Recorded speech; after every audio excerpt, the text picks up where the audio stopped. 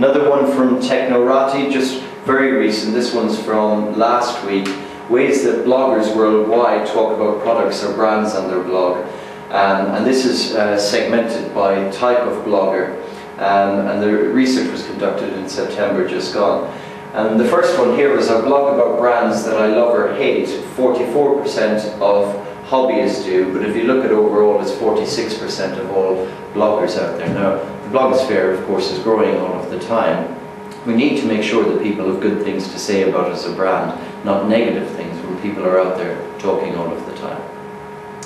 So, just finishing up, last couple of slides, we here at Foviance have formulated this idea of the anger action curve, and let me talk you through it. Really what this is pointing to is a changing dynamic in the marketplace as a result of these consumer trends.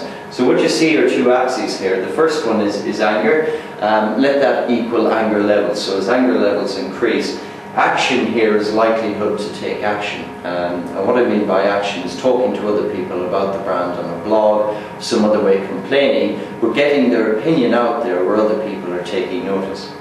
What we see is this curve. So what we have is there's a strong correlation. The more angry people become, the more likely they are to actually take action. Now in the past, anger had to reach a certain threshold, so people sometimes had to be almost exploding with anger by the time they would actually take action. And you can see the point at which that hits the curve, the likelihood that people are going to take action. Well, our contention and what we postulate here at Foviance is that this dynamic is changing, and what's happened is that the position of this curve has changed. So what we see is the curve has shifted to the right, and that has got significant changes for organizations out there, because what it means is that people no longer need to be as angry as they would have been in the past to take action. And the reason that is because people now have the tools to vent their frustration and vent their anger much more easily than they would have done in the past. Now, where before organizations could be comforted by the fact that people didn't have a mouthpiece, now people have, and we need to wake up and listen to that. This is why customer experience becomes extremely important. It's got implications for corporate reputation, but it goes to the very strategic essence of an organization. You've got to get customer experience right, or consumers will be telling others about it, and that's going to have a significant impact on the commercial performance of the business. What it does, of course, is bring about a new transparency to organizations. Businesses must become more transparent. Consumers will talk about those businesses that are authentic and transparent. And just finishing up on the last slide, talking about two particular businesses that are doing this of late and are listening to what consumers are saying and are very aware of these consumer trends. The first one is Asda, who've announced a strategic initiative looking at making their business more transparent. And the three key themes to their strategy are, first one is something called Chosen by You, and what this allows people to do is to select the products that Asda actually buy. Now, if consumers out there don't agree with the products because they're not sourced in the right way, then they can make their feelings felt to Asda, and Asda are going to listen to that.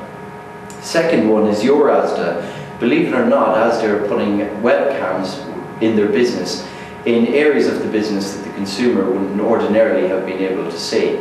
And this introduces a transparency to the business. Andy Bond, the CEO of Asda, is putting webcams in the future, he would like, into all parts of the supply chain, so that people will be able to trace the journey of a product through the supply chain from source right through to consumption. And the last one they're introducing next year is called Bright Ideas, which is rewarding people who come up with business, or who come up with ideas who save the business money. Now, of course, it's not altogether an altruistic motive there, there's a profit motive as well. But what this is all about is introducing transparency to the business. The other one is First Direct. I don't know how many of you have seen in the last couple of weeks, or 3 or 4 weeks, they've launched something called First Direct Live. A lot of companies are using social media sentiment analysis tools to determine what people are talking about out there in the blogosphere with regard to their particular business. What First Direct have decided to do is aggregate all of that content and put it on a website where everyone can see it. And I'm just going to show you that very quickly. Here's the website itself, and what you see is you see live comments coming through here from people who are actually submitting comments on the site. and telling First Direct what they like or what they don't like about the business. And down here you can see a live summary of the positive comments, the neutral comments and the negative comments. You can expand and play that, and you can go in and you can look at any individual comment. Now, it's a very brave move for First Direct, but of course they're a very customer-centric organisation, at least that's the perception. A lot of people recommend them as a brand.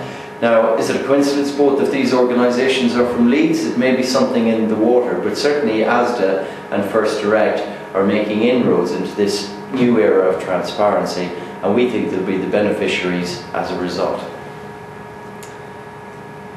So that's it for my presentation. Thanks for listening in. If you have any questions, any thoughts, any comments, I really would be delighted to hear from you. And again, apologies for the moustache.